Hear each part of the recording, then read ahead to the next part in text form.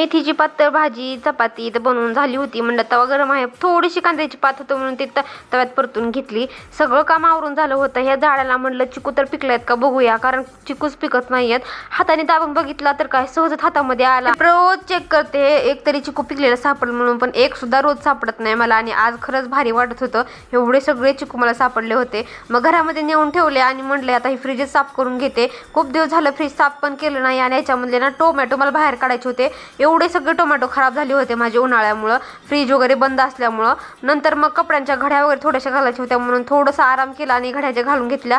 4-5 वाजता सगळी कामं आवरून घेतली. आणि मग माझा फेवरेट ड्रामा बघत मी मस्त चहा एन्जॉय केला. जिजाई बाजारातून येताना देवांशूसाठी रस घेऊन आल्या होत्या उसाचा. मग ते उसाचा रस दिला देवांशूला. काय माहिती उंदीर मेल्यासारखा वास येत होता म्हणून झाडू मारला तर एक उंदीर मेलेला सापडला, बाहेर नेऊन टाकला. आई तेवढ्यात बाजार घेऊन आल्या होत्या. मग घरामध्ये नेला, लाईट वगैरे लावल्या आणि मग सगळा बाजार बाहेर काढला. म्हटलं व्यवस्थित सगळा साफ करून फ्रीजमध्ये भरून ठेवून देते.